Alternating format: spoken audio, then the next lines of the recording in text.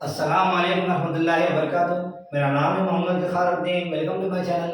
आज के इस वीडियो में हम बात करने जा रहे हैं रे diagrams for concave mirror. Topic पे आने से पहले एक इंपॉर्टेंट इन्फॉर्मेशन मैं आपको देना चाहता हूं, वो ये है कि जो भी तेलंगाना और आंध्र प्रदेश के एससीईआरटी सिलेबस के बच्चे, उनके लिए class 10 physics with text explanation के साथ आपको चैनल में वीडियोस देखने को मिलेंगे। हमने ऑलरेडी रिफ्लेक्शन ऑफ लाइट, जो कि आपका फर्स्ट वीडियो ऑलरेडी स्टार्ट कर चुके हैं, ठीक है, और इसकी वीडियोस हमने चैनल के ऊपर अपलोड करे हैं, वो आप देख सकते हैं। और यहाँ पर आप भी के टेक्स्ट का एक छोटा सा टॉपिक जो कि 1.2 नाम से मेंशन किया गया है, रे डायग्राम्स फॉर कॉन्केव मिरर, ये समझना, ठीक है। इसको मैं ऑलरेडी दो पार्ट में डिवाइड कर रहा हूँ। फर्स्ट पार्ट में हमने बेसिक समझा, और ये पार्ट में जो कि आज का जो वीडियो है उसके अंदर हम रूल्स फॉर मेकिंग रे डायग्राम्स और रूल्स टू ड्रॉ इमेजेस वो सीखेंगे, ठीक है। तो सबसे पहले मैं आपको बोलते चलूं, थोड़ा बहुत एक गुजारिश कर दूंगा। फर्स्ट में वो गुजारिश एक मेरे हमेशा गुजारिश रहती मेरी एक आपसे कि टेक्स्ट बुक निकाल लीजिए और एक बुक ले लीजिए, रफ नोट और व्हाटएवर इट मे बी, ठीक है। वो बुक ले लेके पेन ले लेके जो मैं पॉइंट्स बोल रहा हूं वो नोट डाउन कीजिए, ठीक है। अब बोलने की बात तो नहीं है, ठीक है, तो भी बोल रहा हूं, सुन लीजिए, ठीक है। चलिए बढ़ते हैं इस टॉपिक पे। एकदम जबरदस्त अंदाज में समझेंगे, टेंशन लेने की बात नहीं है, खाली हमारे साथ बने रहिए, ठीक है। और लास्ट में जाने से पहले लाइक कर दें चैनल, ठीक है।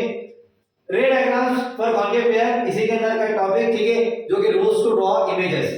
फर्स्ट में समझेंगे मिरर्स, ठीक है।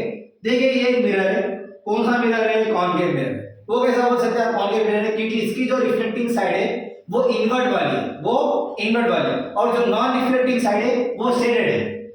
ऐसा मिरर जिसकी रिफ्लेक्टिंग साइड इनवर्ट वाली हो और नॉन रिफ्लेक्टिंग साइड शेडेड हो, वो मिरर को हम कहेंगे कॉन्केव मिरर, ठीक है। वो मिरर को क्या कहेंगे? कॉन्केव मिरर, ठीक है। और इसके मिड पॉइंट को या सेंटर पॉइंट को हम कहेंगे पोल, इसे हम शॉर्ट में डिनोट करेंगे कैपिटल पी से। और ये जो कॉन्केव मिरर है ये एक टाइप का स्फेरिकल मिरर है, ये एक टाइप का स्फेरिकल मिरर है। और कॉन्केव मिरर जो स्फेरिकल मिरर से तोड़ा गया, जो स्फेरिकल मिरर का सेंटर है, वो स्फेरिकल मिरर के सेंटर को कहेंगे सेंटर ऑफ कर्वेचर, उसे हम क्या कहेंगे? Centre of curvature. और उसके सेंटर को हम शॉर्ट में डिनोट करेंगे कैपिटल सी से। किसे? कैपिटल सी से। ये हमने already terms related to spherical mirror में समझा था। अगर आपने नहीं देखी तो वीडियो में डिस्क्रिप्शन में आपको उसका लिंक दे दूंगा, जाकर देख सकते हैं, ठीक है। एकदम बेसिक सा मैं आपको लेके जा रहा हूं आपके टेक्स्ट बुक की एक्सप्लेनेशन के साथ, ठीक है। तो रूल्स हमने क्यों कहा है? ये रूल्स हमने इसीलिए कहा क्योंकि हमें ये जो इंसिडेंट रे और रिफ्लेक्टेड रे ये बनाने में हमें आसानी होती है रे डायग्राम्स के अंदर। अगर आप चाहें तो आप इंसिडेंट रे को मिरर से कहीं पर भी टकरा सकते हैं, ठीक है। आप चाहे तो इंसिडेंट रे को पोल से पास करा सकते हैं, या फोकस से पास करा सकते हैं, या मिरर के कौन से भी एक पॉइंट पे आप रे को पास करा सकते हैं। मगर आपको इसमें तकलीफ होगी। वो कैसे होगी? मान लीजिए अगर हमने एक रे को यहां से लेके आके यहां पे स्ट्राइक करा, ठीक है, ये एक इंसिडेंट है, इसका हमें नॉर्मल लेना होगा। वो नॉर्मल जाके मीट करेगा को सेंटर ऑफ कर्वेचर, ठीक है। वो नॉर्मल जाके कहां मीट करेगा? Centre of curvature. और जितना ही एंगल ऑफ इंसिडेंट रहेगा उतना ही एंगल ऑफ रिफ्लेक्शन भी लेना होगा। लॉस ऑफ रिफ्लेक्शन में हमने पढ़ा था, जितना ही एंगल ऑफ इंसिडेंट होता है उतना ही एंगल ऑफ रिफ्लेक्शन भी होना है, ठीक है। ये लॉ है, रिफ्लेक्शन का लॉ है। तो जितना हमने एंगल ऑफ इंसिडेंट लिया, ठीक है, जितना एंगल ऑफ इंसिडेंट पे इंसिडेंट आके फॉल करी मिरर से, ठीक है, उतना ही सेम एंगल ऑफ रिफ्लेक्शन भी लेके हमें रिफ्लेक्टेड रे खींचना होगा।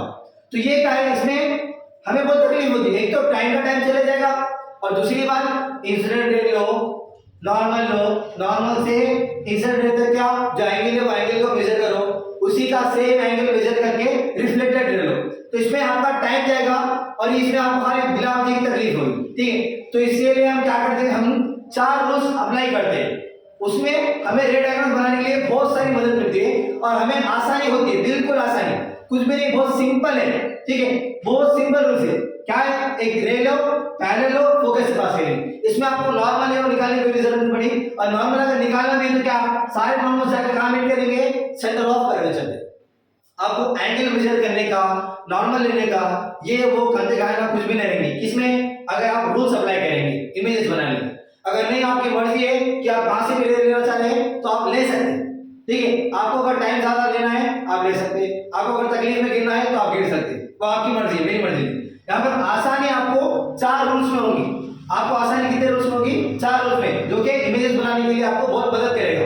वो फर्स्ट में लेगी, सबसे पहले हम ऑलरेडी ये समझे भी थे कि experiment with sunrays and concave mirror के अंदर हम समझे थे, जो भी rays parallel to the principal axis है, जो भी रेस पैरेलल आके मिरर से टकराए वो बस एक ही पॉइंट से पास करेंगे, वो पॉइंट को हमने नाम दिया था फोकस। उम्मीद करता हूं आपको याद होगा ये टॉपिक। अगर याद नहीं है तो आप चैनल के ऊपर जाके देख सकते हैं, वीडियो ऑलरेडी अपलोडेड है। ठीक है, बिल्कुल स्टार्टिंग से मैं आपको लेके बढ़ रहा हूं, आप जाके पीछे का वीडियो देखिए, तब जाके आपको अच्छे समझ में आएगा। ठीक है, तो फर्स्ट में जो भी रे पैरेलल रहेंगी प्रिंसिपल एक्सिस से वो पास करेगी एक पॉइंट से, वो पॉइंट का नाम है फोकस। तो ये आपका सबसे आसान रूल है। ठीक है, क्या करना है, एक स्ट्रेट लाइन लेना है, एक मिरर ड्रॉ कर देना है एक साथ, जैसे मैं आपको ड्रॉ कर रहा हूं। पैरेलल यानी कि दो रेस जो कि स्ट्रेट जा रहे हो और आपस में मिल रही मगर एक दूसरे के पास हो, उसे हम कहेंगे पैरेलल रेस। ठीक है, तो ये देखिए हमने एक पैरेलल ले ली, यानी कि प्रिंसिपल एक्सिस के पैरेलल यानी कि स्ट्रेट में पास करें, वो मिरर से टकराने के बाद एक पॉइंट से पास करी, वो पॉइंट को हमने नाम दिया फोकस। तो यही आपका पहला रूल है, जो भी रे प्रिंसिपल एक्सिस के पैरेलल रहेंगी वो एक पर्टिकुलर पॉइंट से पास करेगी, वो पॉइंट को हमने नाम दिया फोकस। तो ये आपका पहला रूल है, इसमें आपको कोई भी तकलीफ देखने को नहीं मिलेगी। देखिए क्या करना है, एक सिंपल सी लाइन लेना है, स्ट्रेट लाइन लेके फिर एक स्ट्रेट लाइन लेना है जो कि फोकस से पास करेगी, बात खत्म। इसमें आपको आसानी होगी। ठीक है, और मैंने आपको सिखाया था कि कौन सी भी ऑब्जेक्ट की इमेज बनाने के लिए आपको कम से कम दो रेस चाहिए, और जहां पर वो दो रेस जाके मीट करेंगे वहीं पर आपके ऑब्जेक्ट की इमेज बनेगी। ये हमने ऑलरेडी बेसिक्स में समझा था, अगर आपको नहीं पता तो जाकर देख सकते हैं, और मैंने आपको अभी शॉर्ट में समझा दिया क्या। ये आपका फर्स्ट रूल है। फर्स्ट रूल क्या है, the ray which is coming parallel to the principal axis after reflection from the mirror pass through a common point, that point is called focus. ये आपका फर्स्ट रूल है। जो भी ray आएंगी parallel to the principal axis एक common point से pass करेगी, वो पॉइंट को हमने नाम दिया फोकस। वो पॉइंट को हमने क्या नाम दिया, फोकस। उम्मीद करता हूं आपको बात समझ में आएगी। चलिए बढ़ते हैं second rule. Second rule first rule का इनवर्स है। ठीक है, इसका उल्टा, जब रे इंसिडेंट रे पैरेलल थी और पास करी थी फोकस से, अब हम क्या करेंगे, इंसिडेंट रे को पास कराएंगे फोकस से, वो रिफ्लेक्शन के बाद पैरेलल हो जाएगी। पैरेलल लो फोकस से पास करेगी, फोकस से लो पैरेलल से पास। तो आपका सेकंड रूल, जो भी रे ऑफ लाइट फोकस से पास करेगी वो बन जाएंगी पैरेलल। ये आपका सेकंड रूल है। थर्ड रूल, अगर आप सेंटर ऑफ कर्वेचर पे से कौन सी रे को पास कराएंगे तो वो उसी दिशा को पकड़ के वापस चले जाएंगे। यानी कि मान लीजिए सेंटर ऑफ कर्वेचर पे हमने समझा था कि सेंटर ऑफ कर्वेचर पे आपके सारे नॉर्मल्स मीट करते हैं, यानी कि सेंटर ऑफ कर्वेचर एक ऐसा पॉइंट है जहां पर सारे नॉर्मल्स मीट करते हैं, और हमने समझा था कि नॉर्मल पे जो सो एंगल ऑफ इंसिडेंट और एंगल ऑफ रिफ्लेक्शन जीरो होता है। नॉर्मल पे एंगल ऑफ इंसिडेंट और एंगल ऑफ रिफ्लेक्शन जीरो होता है, और यही रीजन है कि अगर कौन सी भी रे सेंटर ऑफ कर्वेचर से पास करेगी तो वो उसकी सेम दिशा पलट कर वापस आ जाएगी। ठीक है, ये आपका थर्ड रूल है, आपको ये इमेजेस बनाने के लिए बहुत मदद करेगा। और फोर्थ रूल, अगर आप कौन सी भी इंसिडेंट रे को पोल से पास कराएंगे, किससे पास कराएंगे, पोल से, तो वो एग्जैक्ट उसी एंगल पे सेम एंगल से पास करेंगी, और ये केस में आपकी जो प्रिंसिपल एक्सिस है वो नॉर्मल बन जाएगी। जो पोल वाला केस है ये याद रखिएगा, जो आपका पोल वाला केस है, अगर आप एक रे ऑफ लाइट को पोल से पास करा रहे हैं तो ये रे के लिए जो आपकी प्रिंसिपल एक्सिस है वो नॉर्मल बन जाएगी, ना कि सेंटर ऑफ कर्वेचर। ठीक है, और जितना ही एंगल ऑफ इंसिडेंट रहेगा उतना ही सेम एंगल ऑफ रिफ्लेक्शन से रिफ्लेक्टेड रे पास करेगी। उम्मीद करता हूं आपको ये चार लोग समझ में आएंगे। चलिए बढ़ते हैं हमारे यहाँ टेक्स्ट बुक पे। टेक्स्ट बुक में जो लिखा है वो भी समझते हैं। ठीक है, अभी तो हमने अंदाज में तो समझ लिया, अब टेक्स्ट बुक वाला इसे कैसे अंदाज में समझाया वो समझते हैं। चलिए बढ़ते हैं, लास्ट वीडियो में हमने समझा था रे डायग्राम्स ऑफ कॉन्केव मिरर, जो कि इसके अंदर हमने बेसिक समझा था, और हमने वो एंड किया था कुछ सिंपलर मेथड तक। ठीक है, अब हम आगे बढ़ेंगे, वहीं से कंटिन्यू करेंगे। Yes, there are a few based on our discussion so far we can identify some appropriate rays which we can take as representative rays to find the point A। ठीक है, ऐसे थोड़े बहुत चंद जो है वो रेस है जो हम अपने पॉइंट ऑफ इंटरसेक्शन ए, जो कि इमेज बनाने के लिए लेते हैं। ठीक है, जो कि बहुत आसान होते हैं। ठीक है, वो हमने यहाँ पर भी देखा, और हमने ऑलरेडी डिस्कस भी किया था हमारे लास्ट एक्टिविटी के अंदर, जो कि experiment with sunless and concave mirror, जिसके अंदर हमने देखा था कि जो भी रेस पैरेलल आ रहे हैं मिरर से वो पास करेंगे फोकस से। तो यहाँ पर आपको वही समझाया, और एक बार पढ़ाऊं, देखिए। Yes, there are a few based on our discussion so far we can identify some appropriate rays which we can take as representative rays to find the point of intersection A। हम अगर चाहें तो बहुत जगह से रे को पास करा सकते, मिरर के कौन से भी पॉइंट से रे को पास कर जाके स्ट्राइक करा सकते, और वो स्ट्राइक कराने के बाद एंगल ऑफ इंसिडेंट कितना है वो देखो, एंगुलर रिफ्लेक्शन कितना है वो देखो, वहां से रे पास करो। चाहे तो बहुत सारे रेस आप पास करा सकते, स्ट्राइक करा सकते मिरर से, मगर इसमें आपको तकलीफ झेलनी होगी, टाइम ज्यादा जाएगा। सबसे आसान में स्ट्रेट लो, फोकस से पास करेगी, फोकस से लो, स्ट्रेट पास करेगी पैरेलल, ठीक है। और सेंटर ऑफ कर्वेचर से लो, बराबर ठीक सेंटर ऑफ कर्वेचर से पास करेगी। तो इसमें आपको कुछ भी तकलीफ झेलने की जरूरत नहीं, ना कि एंगल ऑफ इंसिडेंट मेजर करने की जरूरत है, ना कि एंगल ऑफ रिफ्लेक्शन भी मेजर करने की जरूरत है। इसमें आपको टाइम बचेगा और सबसे आसान रूल से, ठीक है। तो वही आपको समझा रहा है। नेक्स्ट आगे बढ़ेंगे। We have seen that all rays that are parallel to the axis get reflected so that they pass through the focal point of the mirror. हमने already experiment with sunrays and concave mirror में समझा था, जो भी race mirror के parallel आकर टकराएंगे वो एक ही कॉमन पॉइंट से पास करेंगे, वो पॉइंट का नाम है फोकस। वो पॉइंट का नाम क्या है? फोकस। तो यही आपका फर्स्ट रूल है, ये आपका फर्स्ट रूल है, यानी कि यह आप फर्स्ट रे आप ले सकते। आप अगर इंसिडेंट रे को पैरेलल पास कराए, वो पास करेगी फोकस से। तो आपको क्या करना है, एक स्ट्रेट लाइन खींचनी है जो कि पैरेलल टू प्रिंसिपल एक्सिस होगी, फिर उसे पास कराना है उस फोकस से, फिर फोकस से स्ट्रेट लाइन खींच दो, ठीक है। तो ये आपको सिंपलर मेथड में आपका काम बन जाएगा और ये बहुत सिंपल भी है, ठीक है। यहां पर वही समझाया आपको। So for drawing any diagram, the most suitable ray to draw will be the one that comes from the object and goes parallel to the axis of the mirror. The reflected ray will be the line drawn from the point of incident on the mirror and passes through the focus point or focal point of the mirror. To make it more convenient, we will always take rays that come from the tip of the object. See the ray R1. यहाँ पर मैं आपको diagram के साथ समझाऊं।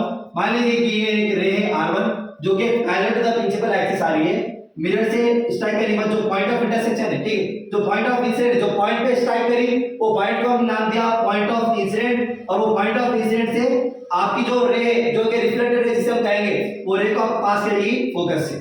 जो भी रे ऑब्जेक्ट की टिप से आ रही है, यानी ऑब्जेक्ट के टॉप पॉइंट से आ रही है, वो रे पैरेलल आ रही है, पैरेलल आके जो मिरर से टकराएंगी, मिरर से टकराने के बाद एक ही कॉमन पॉइंट से पास करेंगे, वो पॉइंट का नाम है फोकस, और यही आपका फर्स्ट रूल है जो कि अभी हमने समझा, ठीक है। Next, converse situation of previous one is also true, that is a ray that passes through the focal point of the mirror will travel parallel to the axis after reflection. अब जो हमारा जो सेकंड रूल है वो first rule का converse है, ठीक है, या इनवर्स है, ठीक है। इसी का उल्टा केस है। मान लीजिए हमारा फर्स्ट केस क्या था कि जो भी ray of light parallel to the principal axis आएगी वो पास करेगी फोकस से। इसी का कन्वर्स प्रोसेस है, इनवर्स प्रोसेस, जो भी एक रे ऑफ लाइट पास करेगी फोकस से, पास करेगी फोकस से, रिफ्लेक्शन के बाद हो जाएगी पैरेलल, रिफ्लेक्शन के बाद हो जाएगी क्या? पैरेलल। तो ये देखिए फर्स्ट केस हमने पैरेलल पास कराई, पास करी कुछ फोकस से। सेकंड केस हमने फोकस से पास कराया, मिरर से लड़ने के बाद पास हुई पैरेलल। तो जो पॉइंट ऑफ इंटरसेक्शन मिला, ये पॉइंट ऑफ इंटरसेक्शन में आपका बनेगी इमेज, ऑब्जेक्ट की इमेज बनेगी। उम्मीद करता हूं बात समझ में आएगी। चलिए बढ़ते हैं इस टॉपिक पे। Next, this gives us our second ray, this will be the ray coming from the tip of the flame and going through the focal point and falling on the mirror. After reflection, this ray travels parallel to the axis.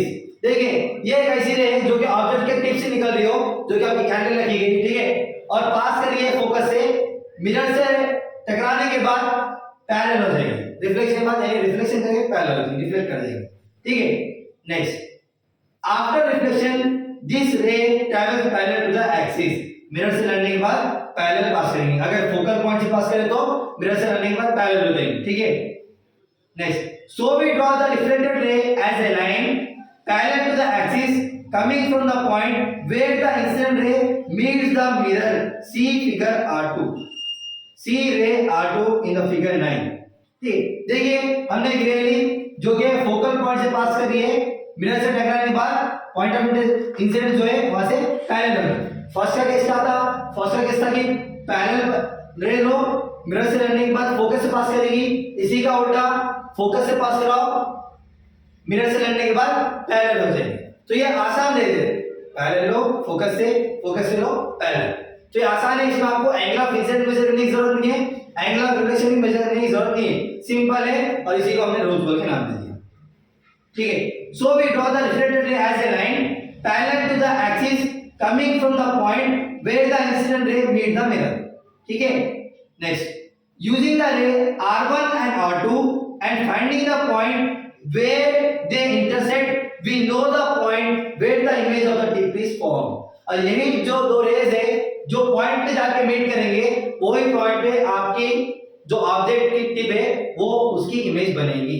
ठीक है, जो आपका object होगा, जो ये दो raise जाके जब पॉइंट पे मीट करेंगे वो पॉइंट पे आपकी बनेगी ऑब्जेक्ट की इमेज, ऑब्जेक्ट की इमेज।